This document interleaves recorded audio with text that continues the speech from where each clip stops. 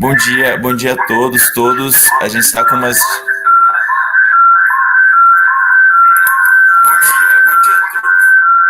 Estamos com algumas dificuldades técnicas tentando resolver aqui, porque estamos usando múltiplas plataformas para poder transmitir a professora Dorothea. Então, eu peço só um pouco de paciência até nós aprendermos como vamos lidar com isso.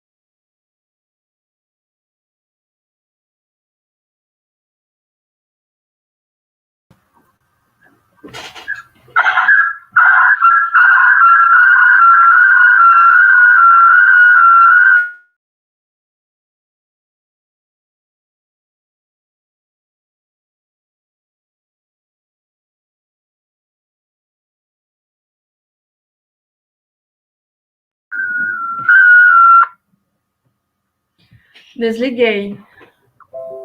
Agora você me ouve no StreamYard, né? Eu não sei onde eu tô te ouvindo, porque eu tô com todas as abas abertas no mesmo computador, então o som vai sair do Mas a mesmo jeito. professora, the professor doesn't listen to me, né? So, Professor Dorothea, do you Do you listen? listen, Dorothea? Are you listening? Não, ela não tá ouvindo.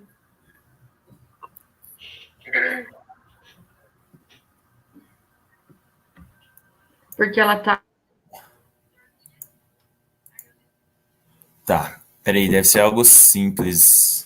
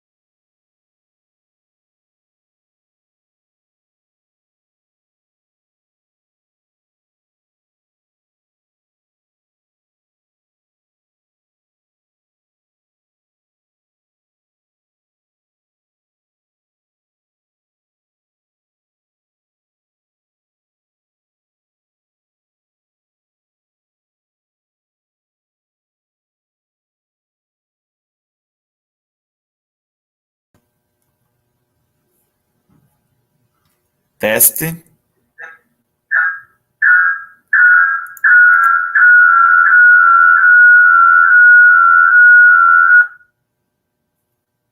Teste 2.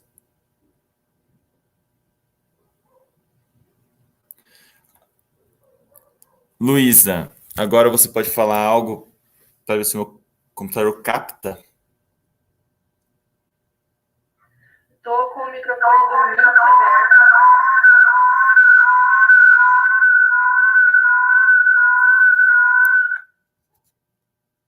Pelo jeito não, né? Safari. Deixa eu pensar.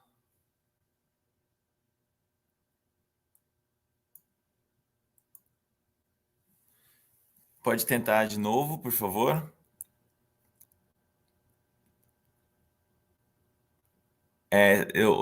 Tá mutado seu microfone do Meet. Precisa abrir ele no Meet, por favor. Normalmente o que acontece é o microfone.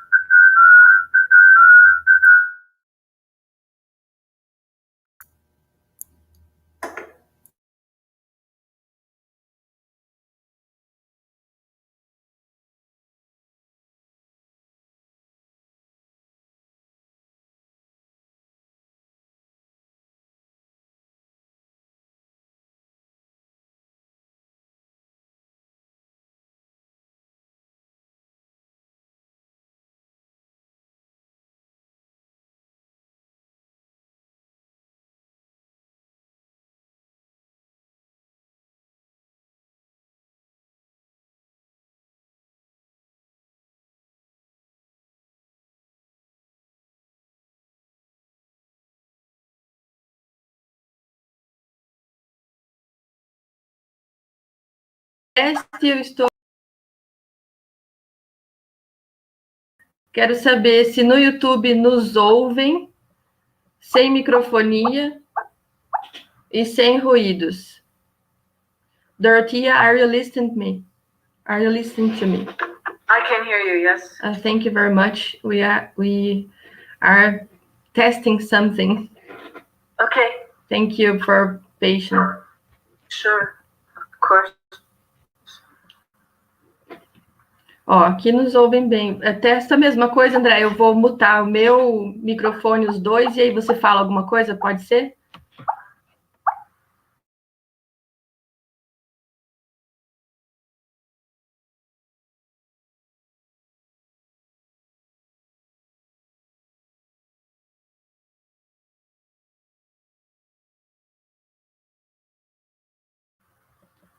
Abre os dois e eu fecho os meus dois.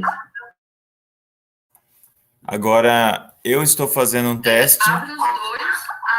Agora eu estou fazendo um teste.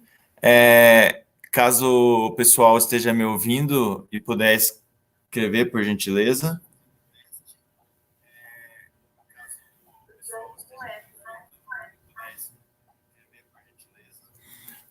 Deu certo no YouTube agora. Eu estou vendo pelo meu celular.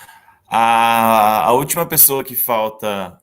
So the last person that needs to speak and to be listened is Professor Dorothea. Can you say something, please, Professor? My microphone seems to be on at least.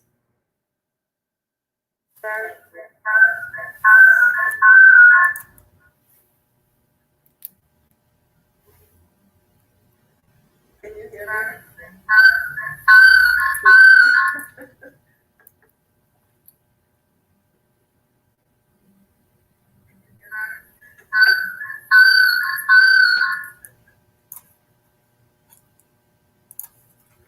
Okay, fine.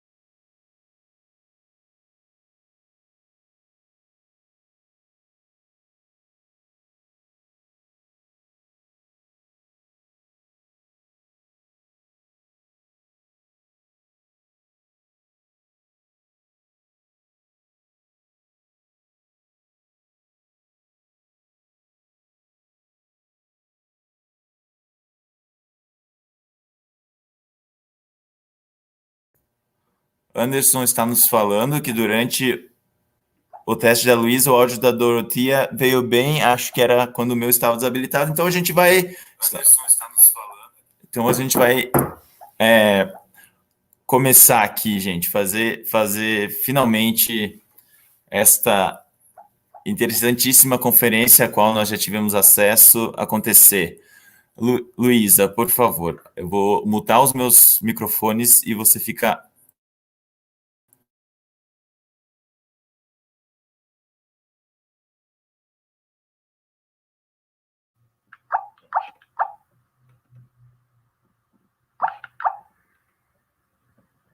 Tá ótimo. Bom dia, gente. Desculpem esses problemas técnicos, acontecem, estão para além das nossas habilidades, né?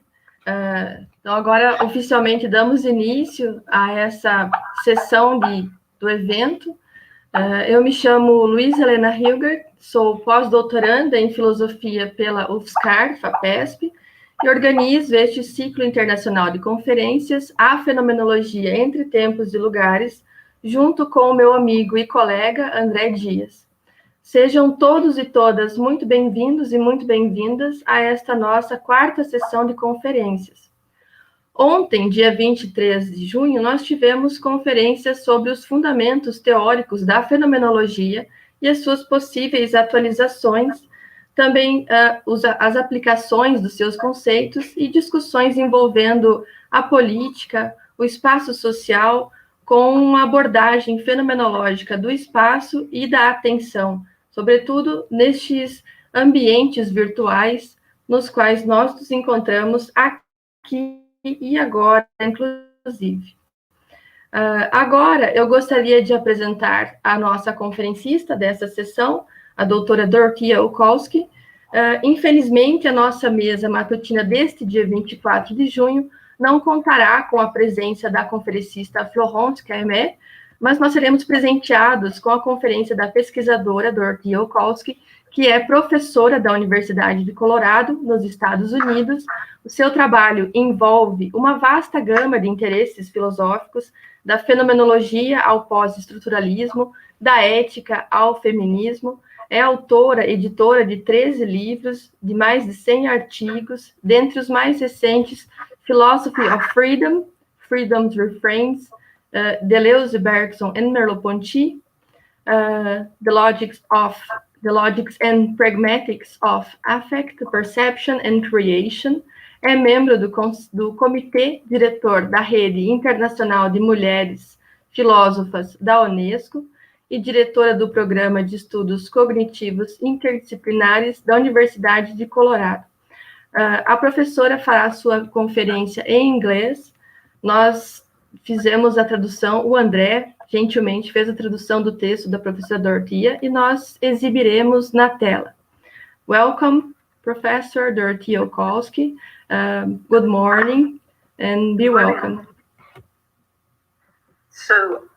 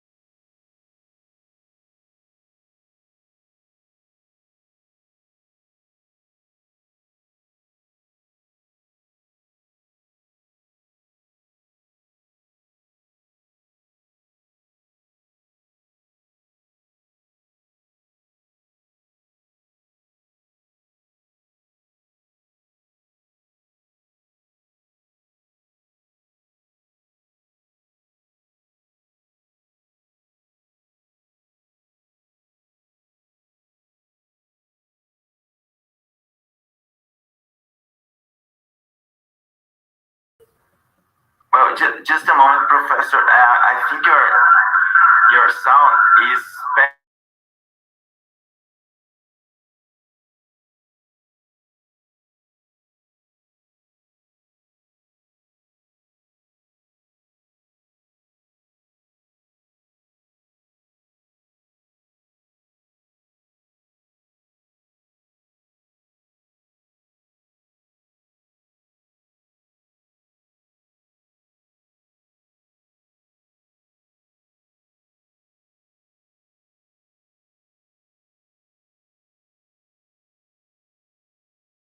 over or wait or?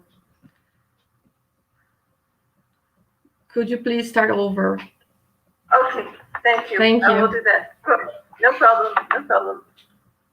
Okay, so the paper is Man the Hero, question mark, on the limits of perception for social interaction in Merleau-Ponty. The introduction.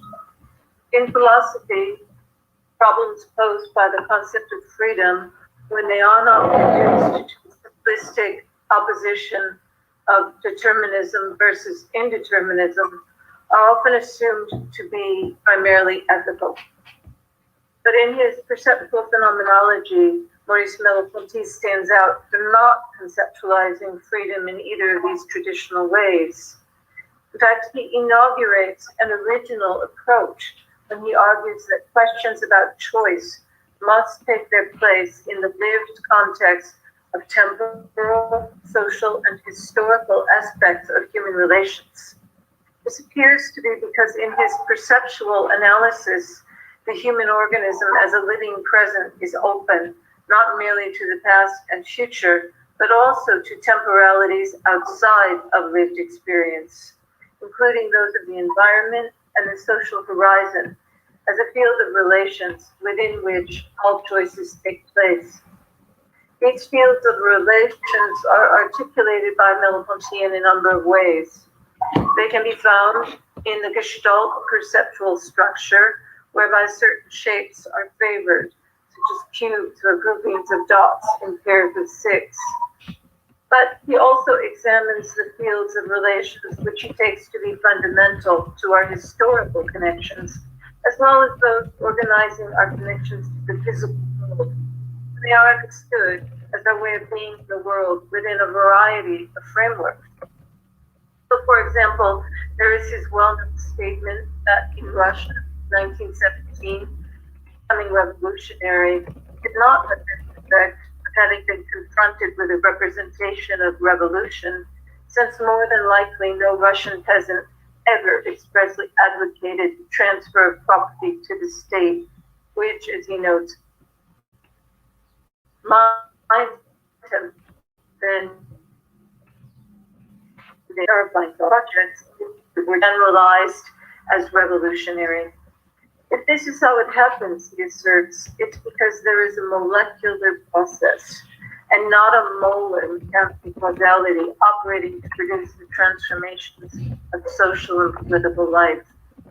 And although the molecular process takes place on the level of the relations that human beings have with one another and with their own lives, it nevertheless operates nearly invisibly.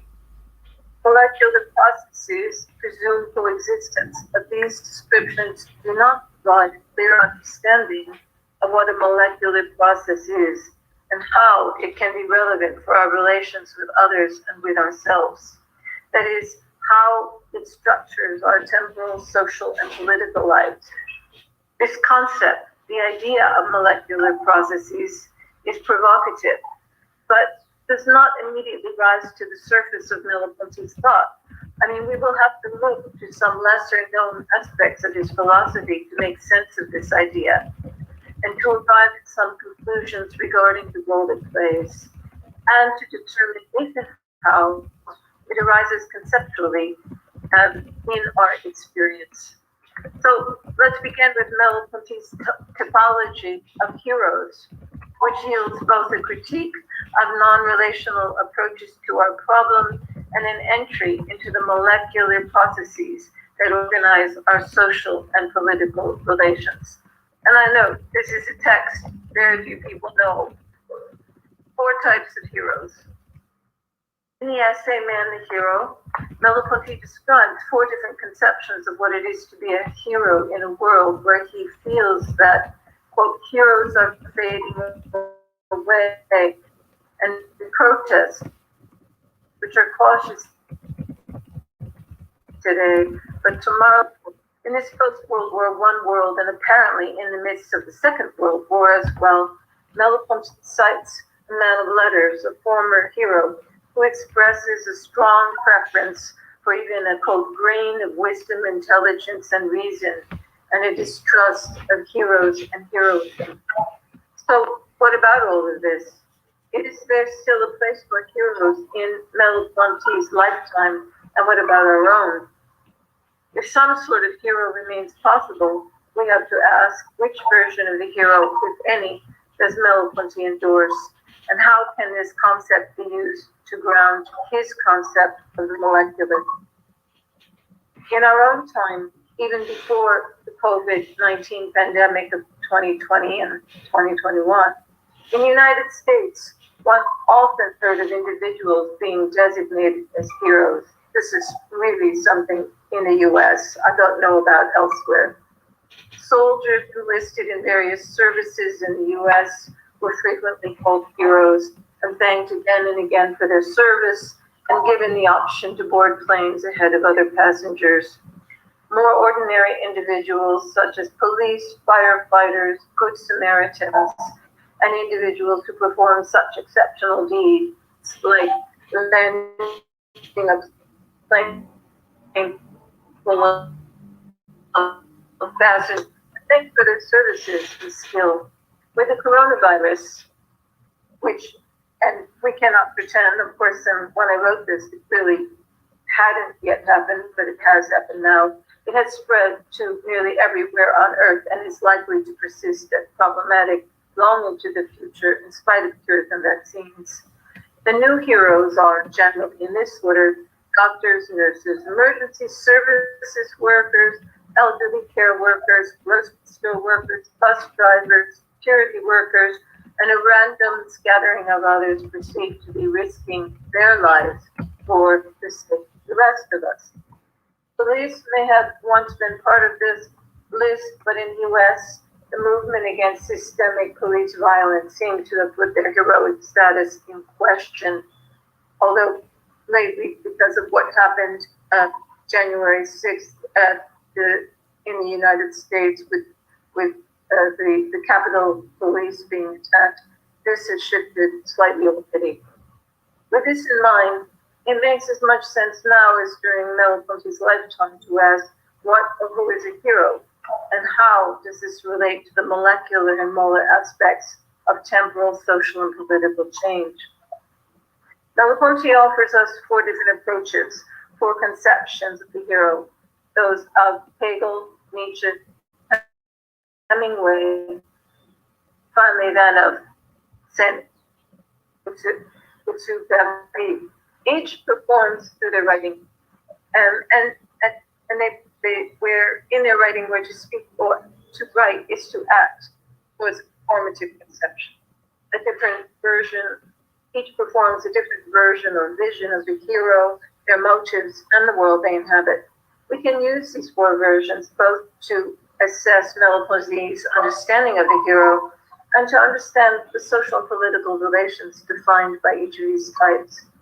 First, he believes that the emergence of the hero is a symptom of the decline of religious affirmation of an afterlife, and of the idea that greatness comes with being chosen by God. So for Merleau-Ponty, Hegel represents a unique turning point. Yet Hegel designates only the individual, the hero, the one who is first to understand that the current system of laws and moral structures has no future, and so forsakes his or her own happiness to, quote, create a law and a moral system in which their time will later recognize its truth, end quote. Making a future for others with whom they currently share no relations, the Hegelian hero interprets the meaning of history by drawing on a, quote, underground source of the inner spirit, whose content is hidden and not yet broken through the surface of actual existence, end quote. Unfortunately, this objective has its own limitations, namely that once the hero master has succeeded, he is a master to slaves who must continue to risk death in the search for others to conquer, even though they too will be unable to recognize him as the hero, but only as the master. Thus, in the end, for Hegel, the real hero ends up being the slave who chooses life, working to transform the world into one without a master, and so not a product of what Merleau-Ponty understands to be molecular relations. Superseding Hegel, Nietzsche proposes the Superman as a new type of hero, one who, according to Merleau-Ponty, is interested in power and only power. But this pure power is not directed to any specific enterprise, and so it asserts itself the only way it can. It's directed against something, someone, something, someone with something currently power, or it seeks somehow to conquer death by negating any action that can or has been carried out. This somewhat nihilistic and apparently anti-existentialist approach to social and political relations also holds little interest for Merleau-Ponty, as he quickly moves on to the next type. Next, the focus is on Robert Jordan, the hero of Ernest Hemingway's novel The Dark Wolves, whom Merleau-Ponty calls, quote, the hero of our contemporaries, and who believes in liberty, equality, and fraternity, as well as life, liberty, and the pursuit of happiness, and not Marxism. It comes down to the question of motives, and Jordan's motives propel him to act for the sake of his own freedom, not molecularly in relationship to others. He appears to be what we might now call, at least in the US, a libertarian. Current US libertarians proclaim freedom to be their single issue, and they characterize it as respect for individual rights, the exclusion of force and fraud. Specifically, they argue for freedom from taxation, free markets, including for education and healthcare, equal rights, criminal justice reforms, opposition to nation building, the unfettered right to bear arms, and somewhat surprisingly, an end to the war on drugs and open borders for immigration. Robert Jordan, a fictional hero of the Spanish Civil War, appears to embody many of these individualistic characteristics, rejecting communism precisely because it requires giving up freedom of choice. Fourth and final type of hero in Merleau-Ponty's account is the author of Pilote de Guerre, that is Antoine de Saint-Exupéry himself, whose recollection of his multiple, essentially useless reconnaissance flights over France in the face of the overwhelming numbers of German fighter planes and anti-aircraft guns is the backdrop for this new concept of the hero. According to Merleau-Ponty, what makes Saint-Exupéry a hero is a distinctly human moment, defined by his, quote, loyalty to the natural movement which flings us towards things and towards others. This purely relational hero is situated in relation to others, even as he is uniquely distinguished from them, as he clarifies the meaning of his heroic choices. What sets him apart is narrated in the pilot's memory of his flow of conscious thought.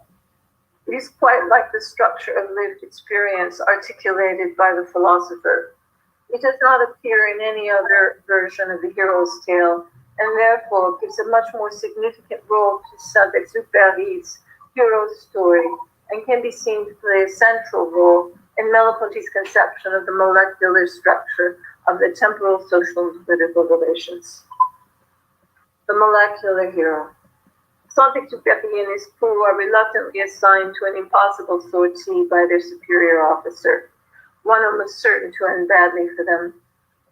He accepts it without hesitation, and as someone whose frequent view of humanity is from several thousand feet above the ground, he begins to reflect on man in general. What is this reflection? The spirit, he thinks, is intermittent, but there is something that is constant, that it is the life of the mind. Spirit is the faculty that relates one object to another according to their significance, but which also alternates between vision and blindness, which limits the power of the spirit. And so, what we call a nation is certainly not the sum of regions, customs, cities, fonts, and the rest that man's intelligence is able at any moment to add up. It is a being. But there are moments, he says, when I find myself blind to beings. When one is blind to beings, what is left is something like particle, in the universe of chaos. And beings are only, quote, details in a vast structure to see the whole, of which demanded more time, more silence, more perspective. More perspective, that is, than that of the military officer, the major, who was forced to assign this impossible mission to Saint-Exupéry, more than this major could possibly have obtained, but others can. Thinking of man in general, Saint-Exupéry posits the situation of a friend who has died and whose funeral you, or actually he, must take care of. It brings, quote, instantly into being a whole new network of relations between you and the ideas, the desires, the habits of the man now dead, unquote. This event is not just the demise of a single individual, but it has actually rearranged the world, rearranged all the relations in the world, even though the one who is busy with the many details of the funeral is not yet aware of this, and so does not have the perspective needed to become aware of it. Not until the day after the burial, the silence is everywhere and the friend is nowhere. Silence is required in order to get beyond the sum of particles in chaos. Silence in order for the ideas, habits, and desires of another to appear, and for that person to be reconstructed as absent. Inhabiting his flight here, Saint-Exupéry undergoes the same reduction of the universe of beings to particles in the universal chaos. He undergoes a moment of timelessness in the sense of being released from human events. It is the beginning of anguish. There is no God, no face to love, no France or Europe, only particles and detritus. He undergoes, too, a loss of human identity. And he can restart the flow of time by taking up the myriad details required to fly the plane or bury the dead. But this does not yet restore a human identity. It is no more than duty, games, and the passing of time. In the cockpit, the instrumentation orients itself around the pilot, who becomes an organism integrated into the plane, and who begins to feel a filial affection for it. There is physical pleasure in carrying out required actions, yet the plane goes off course, evading the town of Albert, where the pilot had been told the German planes and anti-aircraft await, so that the town is categorically blocked. In this case, it is the body that reacts. The warning about the village of Albert has activated the pilot's bodily memory of past crashes, of nights in the hospital, of fractures. But his own self lies in some imagined future, where he might be able to walk alone on the highway that runs through his village as it pulses with life and not war. Against his own body, Saint-Exupéry is preparing himself for his vision of the whole, the invisible structure, as he calls it, in which or out of which he will find himself, quote, that other within me. At 32,000 feet, Earth looks empty. Humans cease to exist, leaving behind only traces such as highways, canals, convoys, and barges. At that altitude, the pilot is a glacial scientist, freezing cold, and the war is his experiment with particles in the chaos. The question that all of Saint-Exupéry's experiences evokes is, how does Merleau-Ponty take up and inhabit the structure? There are particles in chaos, meaning randomly arranged, lacking signification, as well as continuity of the analytic mind, logic and science, the stopping and starting time, the focus on detail, the body that remembers, and the hope for the reemergence of oneself, the other within me. As well, there is man in general, being and not beings, timelessness, and the loss of human identity. Where will all of this take us, philosophers? The pre-personal. Brian Smith, who is a wonderful philosopher, by the way, to whom this essay owes a debt for his recognition of the role of Saint-Exupéry's influence on Merleau-Ponty's conception of generality and anonymity, provides the backdrop and the infill for these questions. According to Smith, quote, Merleau-Ponty sought to show that history as a totality is something of which we are, or at least can be, aware of on the pre-reflective level of lived perception. In other words, that historical totality is a lived perception. That is, I want to say, central to Merleau-Ponty's argument. The general formula for this awareness is Marxism, insofar as it exemplifies the, quote, Gestalt totality that maintains the identity of subjective and objective factors, while still remaining oriented to truth in a universal sense. This is a surprising conclusion. Nevertheless, Smith argues that it is the pre-personal or impersonal aspect of humanity, the habitual body, that, quote, impersonal corporeal anchorage, which represses or deactualizes the actual body, the first-person existence, and returns us to the anonymous existence, the one. Smith takes this further by claiming that for Merleau-Ponty, the repression of personal life to the anonymous, habituated organism belongs to its, quote, selfless tendency towards universal life. And this is exemplified in the heroism of the author of Pilote de Guerre, in the moments in which the pilot, the glacial scientist, is blind to beings and is left to what he called particles in the universe. So far, so good. What follows is that Merleau-Ponty links Saint-Exupéry's generality, the selfless tendency towards universal life, to the historical a priori governmental action in that context.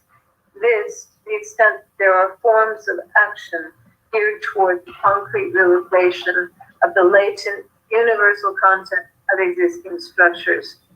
In this case, Smith argues, it supports an incarnational Marxism because we already embody collectively and impersonally the fundamental structures of universal reconciliation. The revolutionary task of Marxism is only, quote, to realize the already tacitly embodied structures more fully at the level of actual embodied existence, end quote. If so, then would it not be the case that the lack of an adequate existential phenomenology is all that keeps us from the universal reconciliation of all humanity? Does the anonymous level of existence actually make such an outcome possible? If it is possible, the groundwork for such an outcome is set down early in Merleau-Ponty's work, in the structure of behavior, and it is amplified in the phenomenology of perception. In the former, he argues against the Pavlovian conception of stimulus and response in favor of a view of behavior as a function of the situation as it is for the organism. In short, there is an a priori for every species defined by the relations efficacious for it and the manner in which it elaborates those stimuli, creating a distinct structural reality. This is what he later refers to as molecular relations. In these environments or milieu, stimuli signify according to, quote, what they are worth for the typical activity of the species, which is an internal unity, a kinetic melody gifted with meaning. Responses carry an immanent intelligibility, a form of behavior. Most of these descriptions appear to refer to non-human animal behavior, but we must ask ourselves, given the above, if this is really the case, or if, for Merleau-Ponty, they might not also be applicable to human acts. There is nothing in this account that excludes the human species. The only thing that differentiates the human from other species is the preponderance of the mental field in addition to the physical and physiological field. But matter, life, and mind are nevertheless universally applicable categories, since even the soap bubble, the object of the physical sciences, behaves in the manner of an organism because, quote, what happens at each point is predetermined by what happens at all the others. There is an immanent intelligibility independent of language. There is, Merleau-Ponty adds, a certain value and significance, a question of intelligibility, even for physical form, even for the operations of an ellipsoid conductor in which electrical charges have been placed. The theory of form must be liberated from realistic postulates of psychology along with materialism and mentalism. There can be only one universe, not that of physical cause and effect, but that of form, a general, universal, and therefore anonymous arrangement of each field or structure in the world. The anonymous and the human. Like the physiological form, physical form follows its own immanent law. As a whole, Merleau-Ponty affirms there is a molar individual, an individual that acts on or by means of large masses or units, large by comparison with the discernible elements or physical particles that make it up. The particles in a physical field distribute themselves within that field in relation to external forces acting on them. But the laws of physics govern the properties of relatively stable wholes or molar individuals and not particles. This language is echoed by Saint-Exupéry's description of particles in chaos, where chaos refers to the possibility of multiple forms of organization contrasted with the planned and built environments of the universe of beings.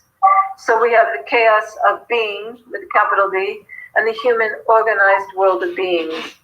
And beyond the silence of the universe of chaotic particles, among the banal milieu of myriad details that must be attended to, there is the fact that the world has been rearranged by the absence of the departed friend. Quote, around the human world that each of us has fashioned, there appears a general world to which we must first belong in order to be able to enclose ourselves within a particular milieu of a love or an ambition. For Merleau-Ponty, the human organism is simultaneously a pre-personal adhesion to a general form, the anonymous and general existence that acts as an innate complex below the level of personal life. And personal existence represses or sublimates this anonymous and general existence as the cultural world sublimates the natural world.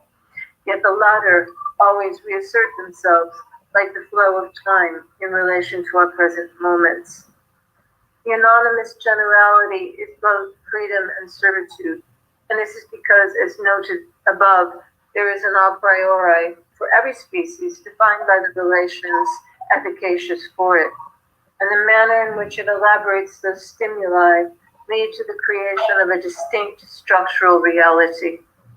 As Merleau-Ponty argues, vision, hearing, sexuality, and the body are not merely points of passage, instruments, or manifestations of personal existence.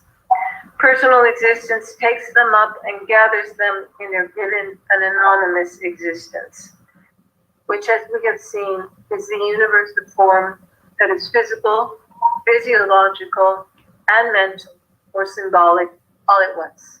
As I noted above, anonymous existence is linked to time, specifically to natural time, the power that prevents the voluntary and rational life and the rationality of one's history from being completed by opening it to an absolutely new future.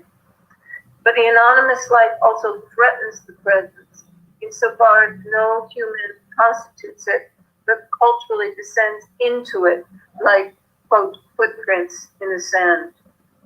Yet as Merleau-Ponty continues, although it might surprise us, the acts through which human beings constitute their lives, the tools of every civilization and society, also become sedimented and lead to an anonymous existence as things, discoverable even in the ruins of an archaeological site.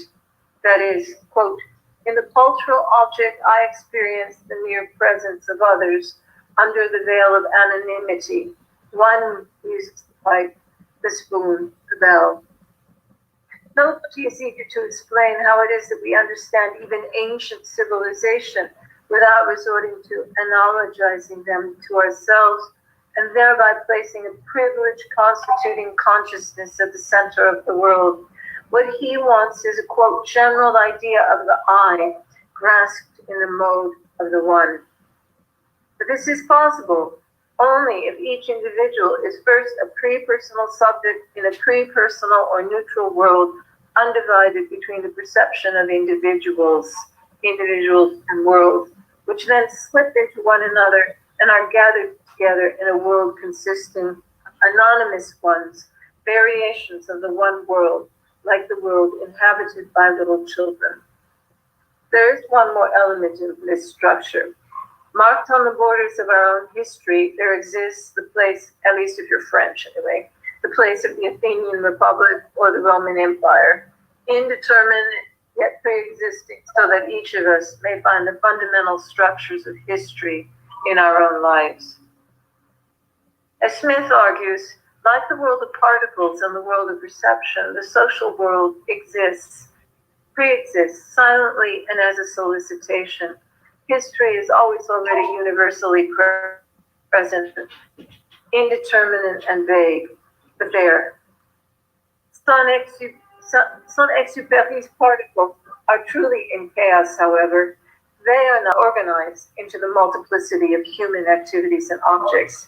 They are truly general. They are beings, not beings. Merleau-Ponty's are not the same as Saint-Exupéry's. He maintains that, quote, the question is always to know how I can be open to phenomena that transcend me, and that nevertheless only exist to the extent that I take them up and live them. While this is certainly the case for time, for the temporality of the world, is it also the case that history and the social world exist for us as an ambiguous presence prior to any specific recollection? The movement of history from Merleau-Ponty,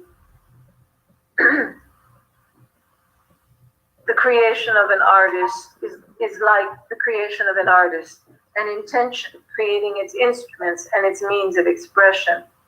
Both are prepared by a molecular process, which, as we have seen, is organized by molar forces so that it bursts forth as an intentionality in general. So for Merleau-Ponty, when Cézanne says that what he is doing is returning to the object, Merleau-Ponty shows him to be painting its arrival as matter taking on form, manifesting the birth of order, a spontaneous organization. And so it is for history, halos of generality, atmospheres of sociality,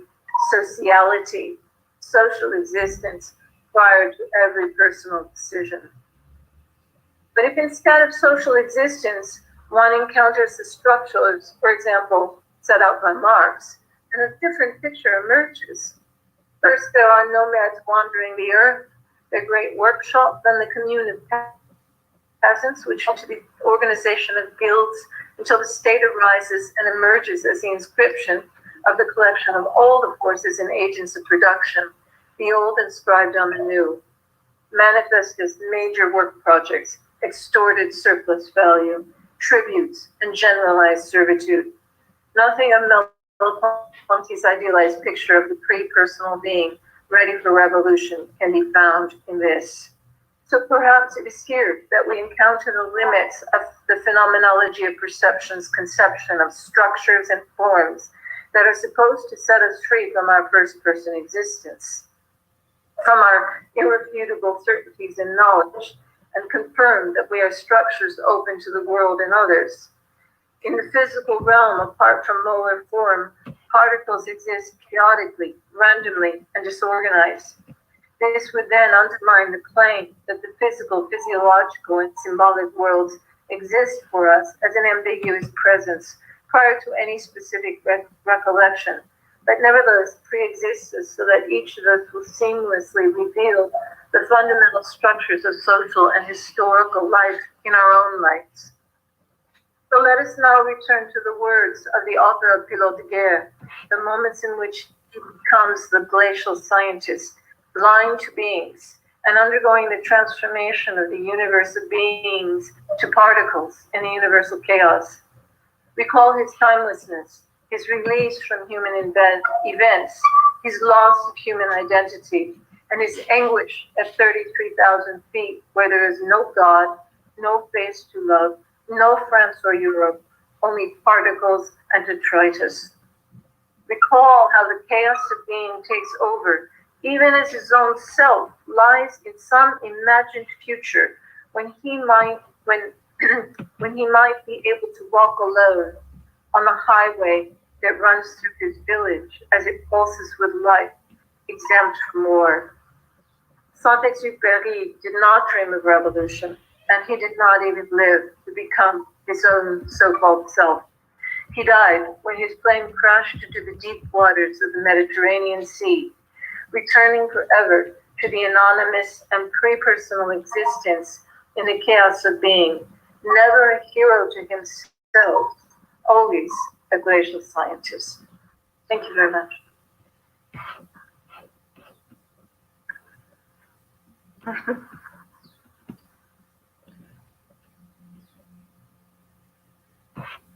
Você volta, André, eu volto. Eu posso voltar desligando meus dois microfones aqui e você desliga os seus dois, ó. I can't hear these questions, so you have to give them to me. Right. Se alguém tiver questões e escrever no chat, nós estamos fazendo o possível para juntar todos os dispositivos aqui e fazer essa apresentação ocorrer. Não está sendo fácil, mas, de fato, esse eu consegui ouvir aqui e é um texto, uma apresentação que valeu muito a pena.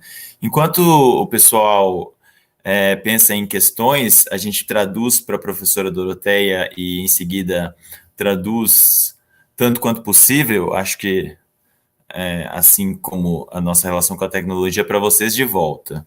Eu vou fazer uma questão a respeito deste texto do Merleau-Ponty, pouco conhecido e muito bonito, a respeito da figura do herói, e vou perguntar a respeito da importância, se ela existe, da figura do vilão nos dias de hoje.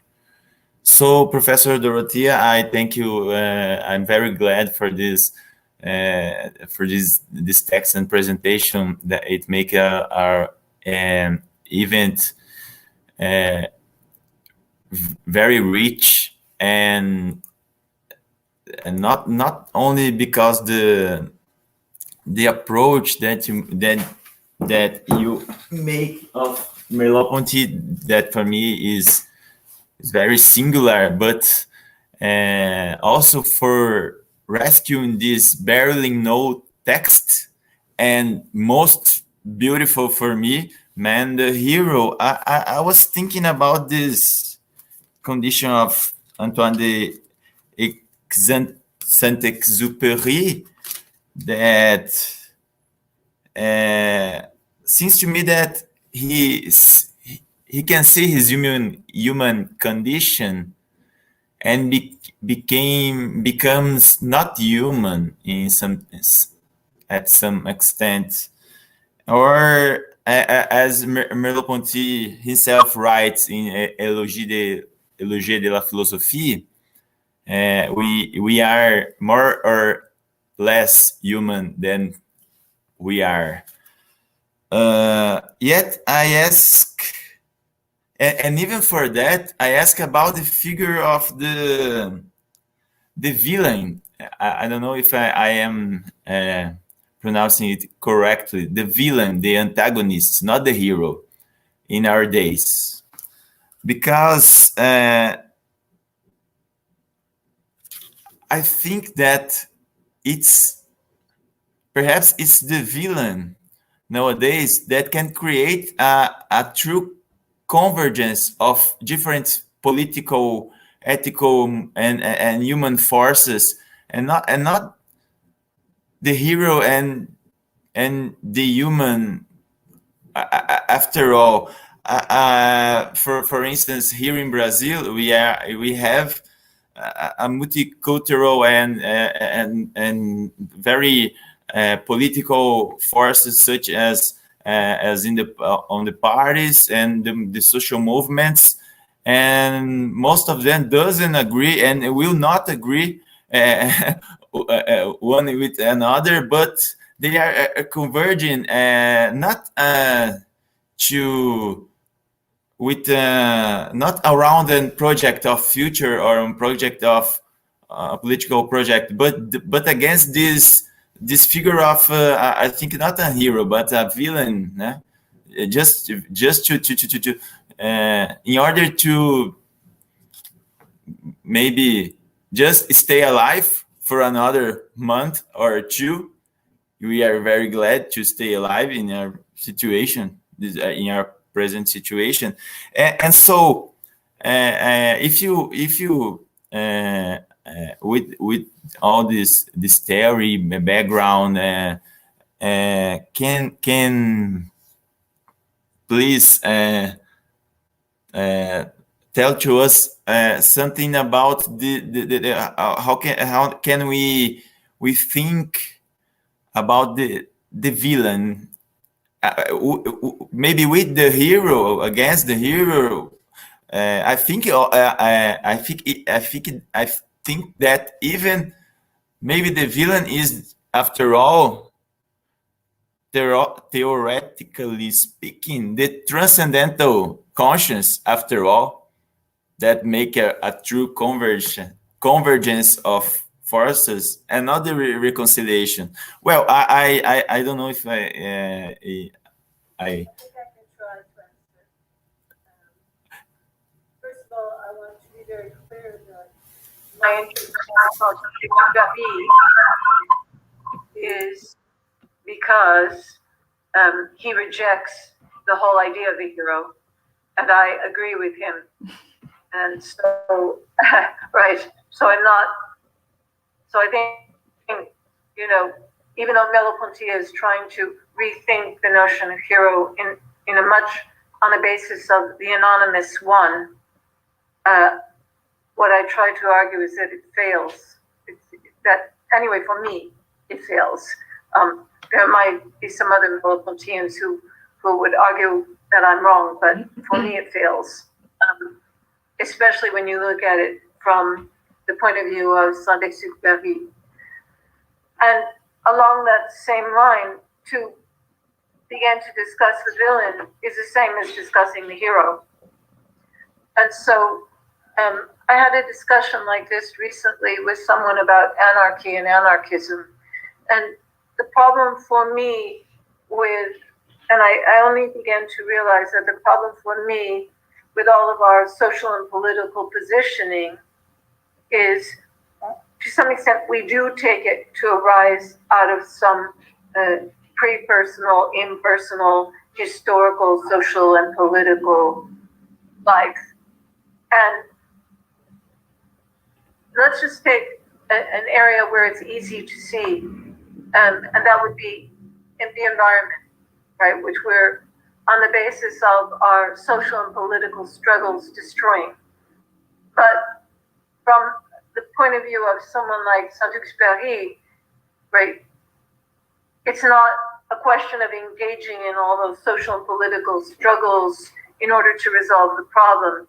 It's a question of reformulating it in a different way on the basis of, from his point of view, understanding nature itself, the nature of, chaos and chaotic structures and the unpredictability of all organizations, as opposed to when we engage in some political act, we think we can predict the outcome. And, for someone like Saint-Exupéry, we're fooling ourselves. So he gets this mission, which he feels it will kill him. It didn't, he survived it. But, he takes it anyway. And the person who gives him this mission thinks it will kill him. And he doesn't want to kill him, but, there's this on the ground, there's a struggle, so he says, yeah, go. But from his position, 3,000 miles up in the air, he sees something different. He understands humanity in a very different way. And so even though, yes, he obeys the human order, it's not, he doesn't go up there saying, oh, I need to be the hero. I need to kill the villains. I need to act against all those bad guys. He just goes up there right in the plane and he does the job he's assigned to do. And he realizes, right, that to a certain extent, the outcome, it's not in his personal hands. It's in no one's personal hands.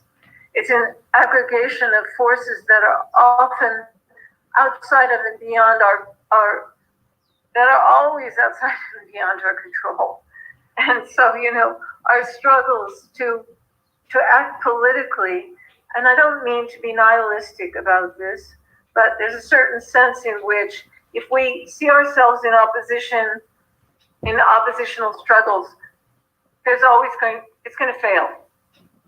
So I'm arguing that we need a new epistemology for social and political action. We need to approach it right?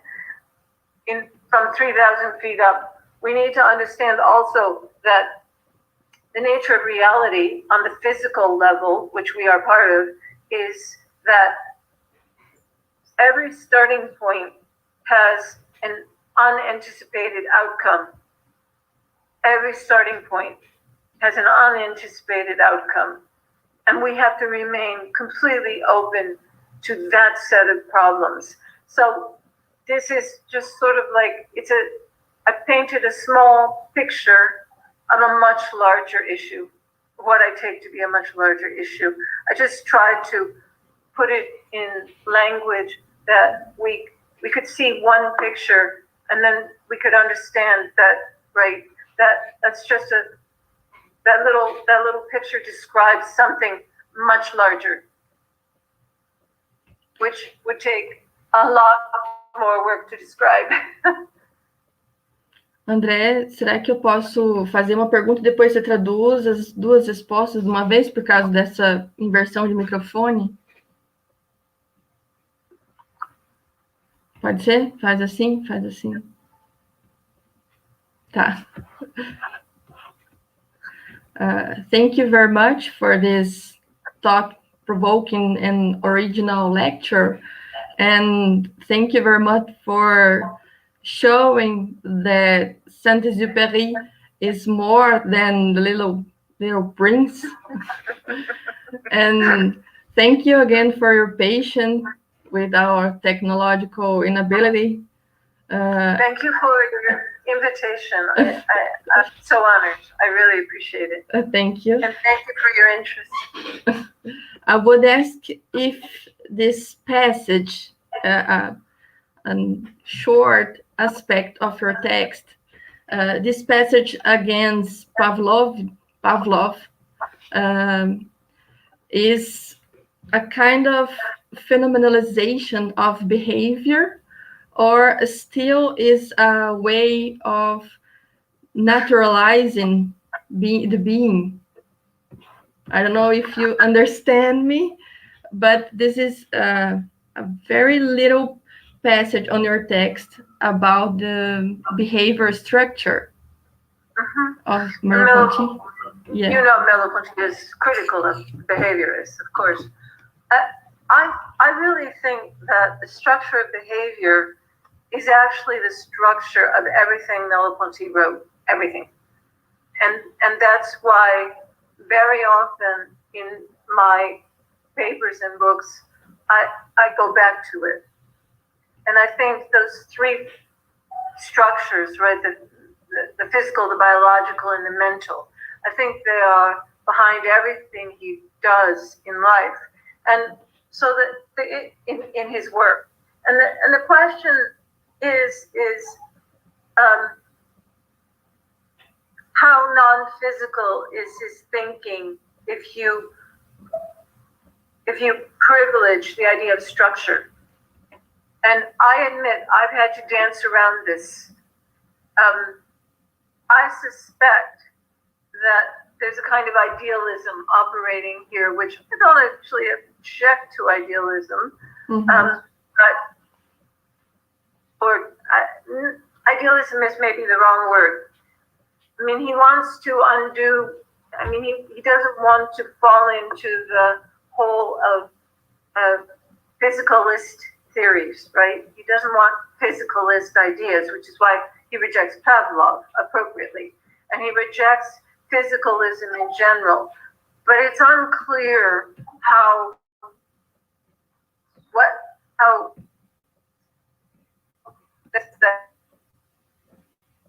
that was structure creating a new physics. And he doesn't create new physics, but I think other philosophers who come after him do search for a new physics. I think, for example, not even those who come after him, but I think, Bergson was much more attuned to a new physics than Merleau-Ponty is. And I think it limits, to some extent, some of his ideas. On the other hand, I know there is a place for his work, and I know there is a place for the value of the phenomenology of experience. I don't want to discard it. I absolutely don't want to discard it. But I think that it fits in with other theories. I would situate him as someone who offers a piece of the puzzle and the rest of it needs to be filled in with other ideas, other theories from other philosophers. But then I think that about everybody. There's no one philosopher who has answered all the questions for us, thank God. Otherwise, we would all be, instead of doing philosophy, it would be like church, Yeah. And we don't need church, we need philosophy. And we need people to create new ideas, Right. And if it was all done and it was correct, what would be the point? There'd be no point in us doing this. So to make Saint-Exupéry a philosopher who solves a problem that Merleau-Ponty can't solve, that's important. It doesn't mean you discard Merleau-Ponty, it just means Saint-Exupéry accidentally, without even trying, solved a different problem. Solve the problem. Thank you.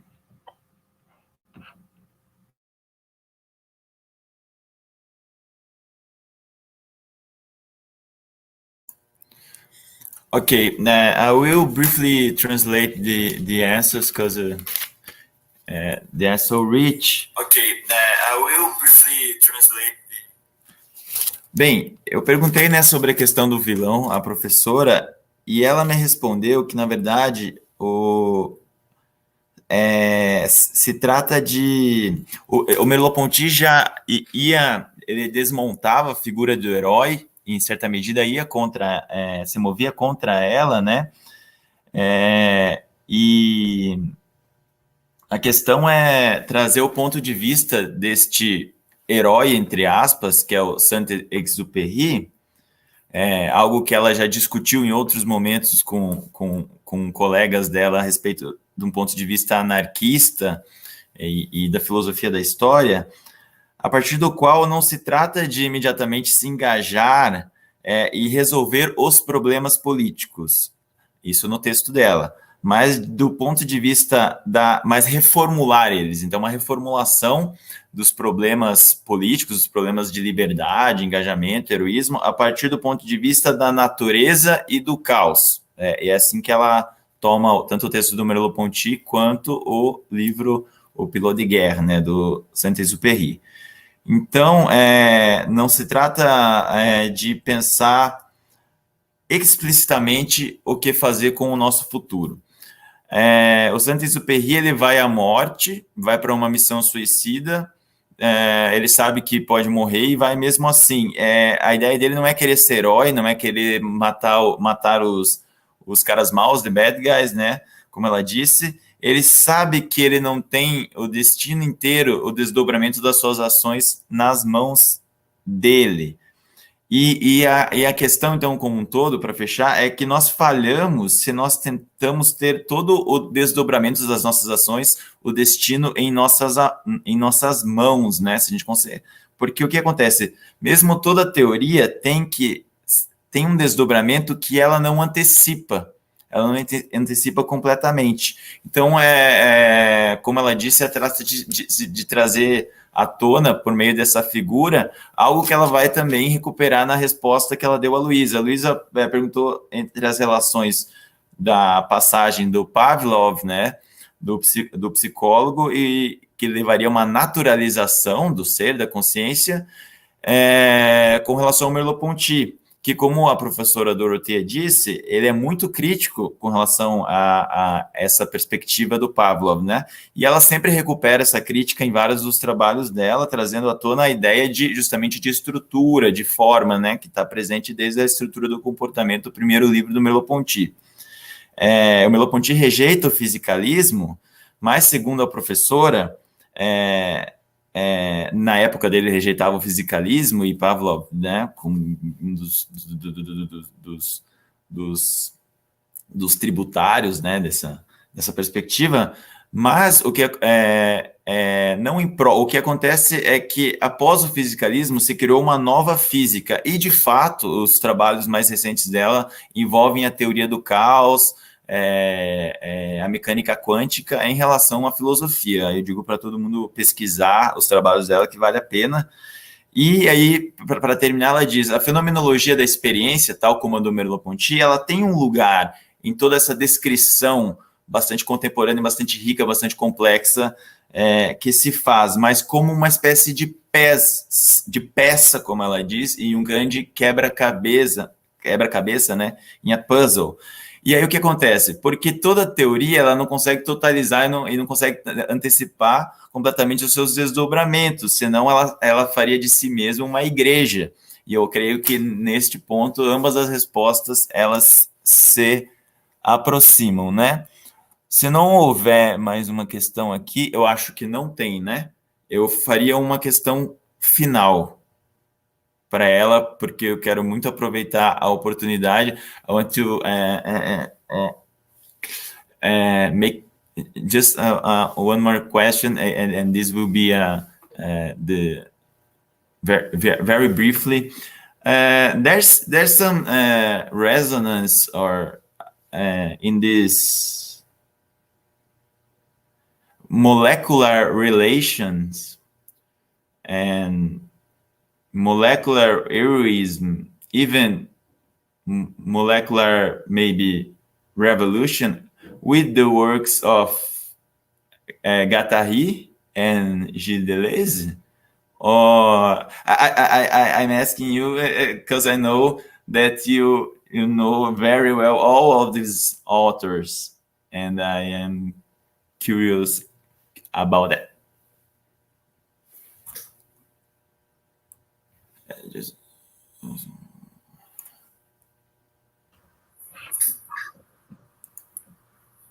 Okay. Sorry. Okay, go please. It's okay. I have this book that will be published in September, which you mentioned, on Deleuze, Bergson, and Merleau-Ponty, and I pick up this kind of problem there in the chapters on Merleau-Ponty. And of course, I was drawn to understanding what Merleau-Ponty means by molecular and molar, because he uses the language. But no one that I know of in Merleau-Ponty studies had talked about it. And I have to say that it's definitely not the same as what Deleuze and Guattari are doing. And that has to do with the overall structure. I think it's quite possible that what I have said about Saint-Exupéry is much closer to Deleuze than Merleau-Ponty, because Merleau-Ponty is still great. He's the anonymous body, which always has intrigued me. It's always an idea that I've found really interesting in Merleau-Ponty. It remains part of these structures, the physical, the biological, and the mental. And what I want in addition to that, right, is a molecular that that can be characterized by the idea of chaos. Chaos doesn't mean just crazy, as you know. Chaos means very sensitive to initial conditions. Sensitivity to initial conditions. So even a very small change in initial conditions can have a tremendously different outcome, right?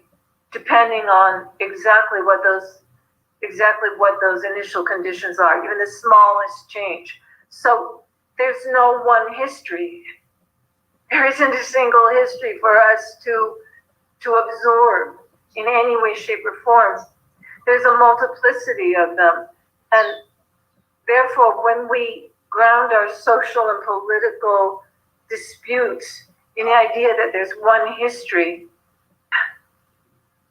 you know, we end up with the kind of mess that we're in around the world right now, you know.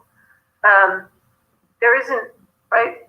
Chaos implies a multiplicity of different starting points, each of which goes in a different direction. So each of us are, the history we get is not even just one, it's multiple. We have multiple histories, right? And each of those multiple histories goes in or develops in a different way, not only from person to person, but even within the same person. And so, you know, the idea of rigid political orders and rigid political categories and social categories becomes more and more of a problem. I hope that answers the question.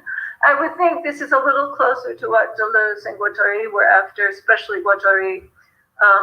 But Deleuze embraced these ideas fully from Guattari. There's no question in my mind. I also don't think that Deleuze has a solution, by the way. You know, I think he opens some doors that are very interesting, but I don't think Deleuze has a complete solution either. But he does open some interesting ways of thinking, some new ways of thinking about these problems. I don't think I think we have a long way to go before we can think multiplicity in any real way, chaos, you know, before we can really think chaos as sensitivity to initial starting points and a multiplicity of different trajectories. That's even more than differentiation. What Deleuze-Guattari's difference. So we have a lot of work to do still. I would ask why we need heroes, and I don't know if there's an answer. Even in philosophy, we are still looking for heroes. To Sartre, the hero is the writer. Yeah. Yeah. I mean, because the idea of the hero is, you hear it all the time in the United States. It makes me crazy. And that was one of the reasons I addressed this issue, because I can't stand it, you know. Everyone is, all these special people, they're heroes.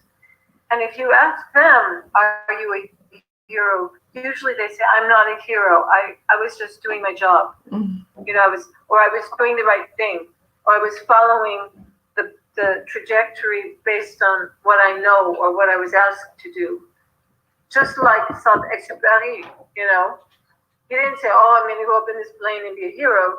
He said, okay, that's my job. I'm going to go do it.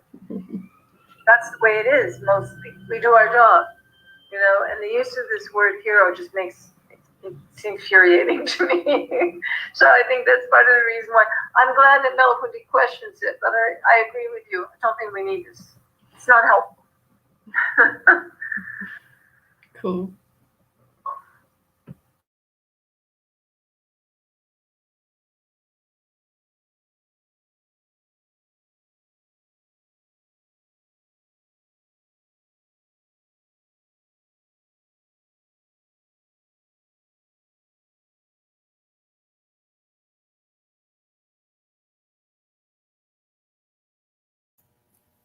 Agora eu retorno aqui.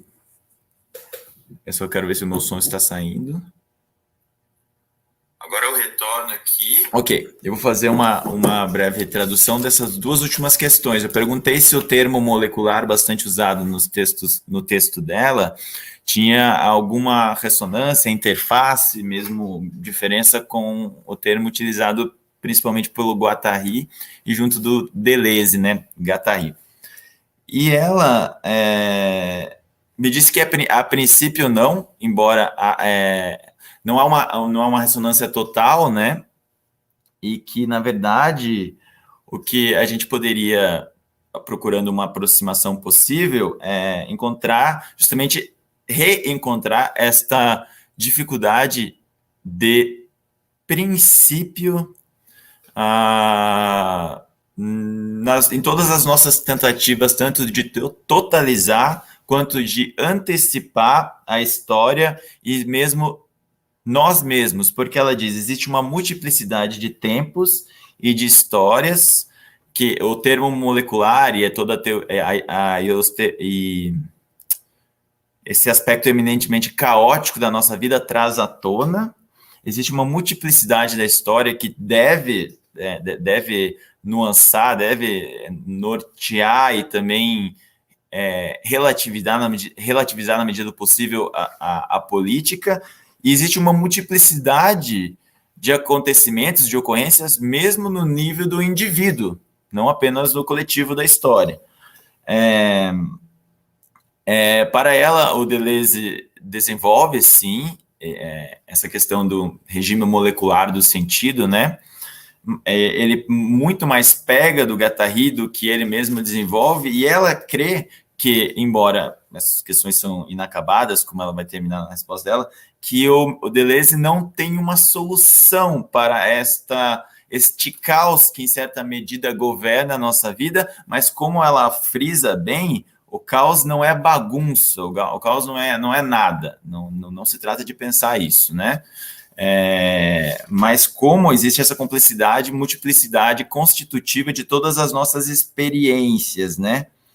Então, o que acontece? Uma certa sensibilidade para essas multiplicidades de pontos de vista é preciso desenvolver, e ela desenvolve em vários dos trabalhos dela, e ela só nota isso, que ainda há muito a ser feito, há muito trabalho a ser feito. Com relação à pergunta da Luísa, eu acho que eu não peguei muito bem a resposta, porque eu estava respondendo aqui no chat. A Luísa perguntou a respeito, novamente, a figura do herói, que não só para o Merleau-Ponty, também no Sartre ela aparece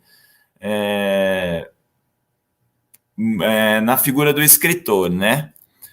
E por que nós precisaríamos de herói? Por exemplo, em Sartre, a figura do escritor.